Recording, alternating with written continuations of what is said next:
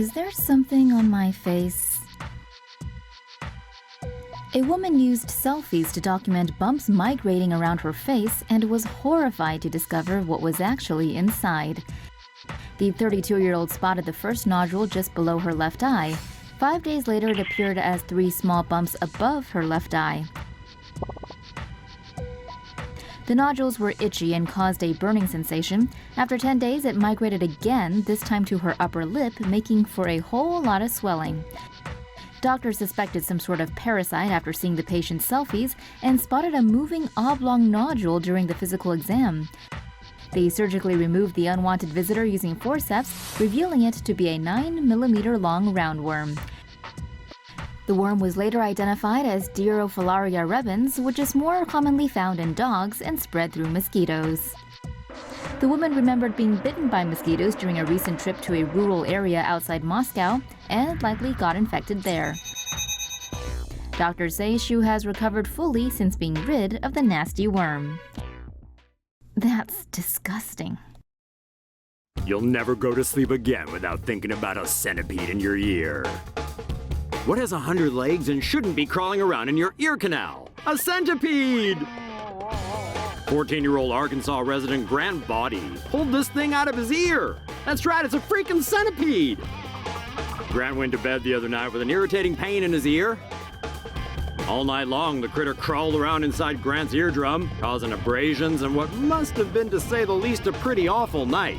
The next morning, Grant felt something wriggling, so this brave young man reached into his ear, grabbed the centipede by the tail, and slowly pulled the 4-inch multi-legged insect out of his own ear. They threw the still living creature in a plastic bag before stopping by Saline Memorial Hospital, where doctors told him there was a bit of damage, but all in all, his ear was gonna be okay. Hear, hear!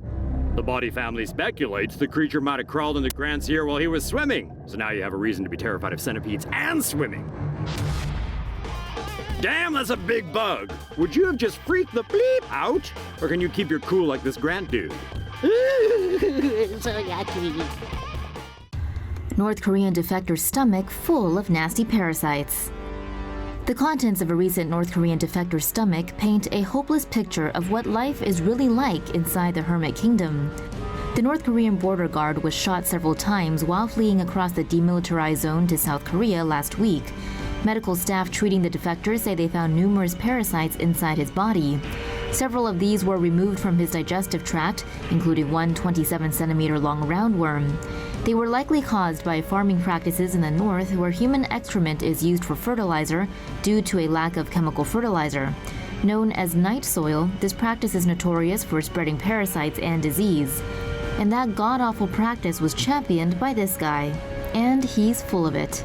Very full. Third world parasite on the rise in U.S. South. It may be a disease that is typically associated with developing nations, but a new study has found that parasitic hookworms are plaguing the southern U.S. 34.5% of stool samples taken from Alabama's Louds County tested positive for a species of hookworm called Necator americanus. Households in the county are reportedly poor and lack basic sanitation, with waste often discarded in the backyard. Residents exposed to the raw sewage may become infected with hookworm, which enters the human body through the feet. The parasitic worm attaches itself to the walls of the small intestine, sucking the host's blood, which in turn causes anemia, weight loss, impaired mental function, and stunted growth in children. The disease is a problem even for those who can afford to install their own septic tanks. Sewage problems run rampant in Alabama's Black Belt region. The area's loamy soil prevents water from draining into the ground, and heavy rains often cause septic systems to overflow or back up.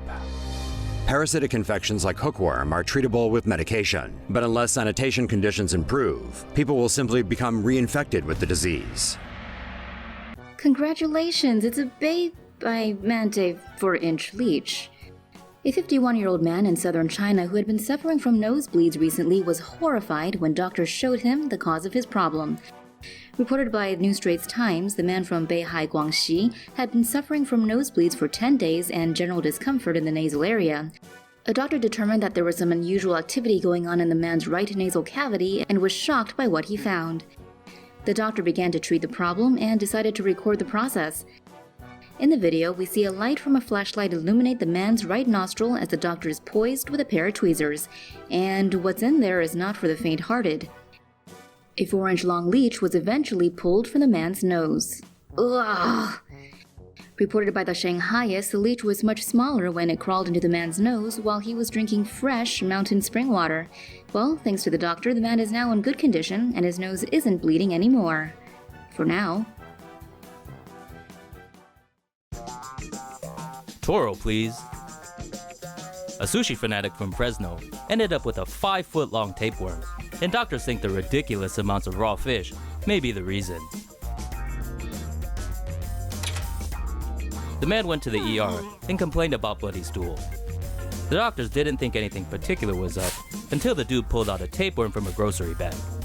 Turns out that the tapeworm was actually 5.5 feet long. While he was on the can, the man said it felt like his guts were coming out. He tried to grab the little guy, but it started moving. The CDC had released reports of contaminated Alaskan salmon being infected with Japanese broad tapeworm parasites. The man and his doctor figured out it was his daily feast of salmon sashimi that was most likely the cause. The guy is now taking medication and has given up on sushi. For now. I think I've got something in my eye. A woman from Oregon got the shock of her life after discovering what was really irritating her eye: worms. Thalasia gullosa are parasitic worms typically found in cattle. They live on the surface of the eyeball and produce larvae that stay in the tears. Phase flies that feed off the animal's eye secretions ingest the larvae, which develop into a more advanced stage while in the fly's digestive system. The worms can enter a human host when an infected fly lands close to or in a person's eye. So far, only 10 other cases of eye worms have been reported in the US, with none caused by Thalasia gullosa until now. Eye worms can be killed with anti-parasitic medicine, but may cause scarring. As such, patients are advised to just monitor the eyes and remove any worms. The parasites have been known to cause vision loss and blindness in animals, but fortunately not in people.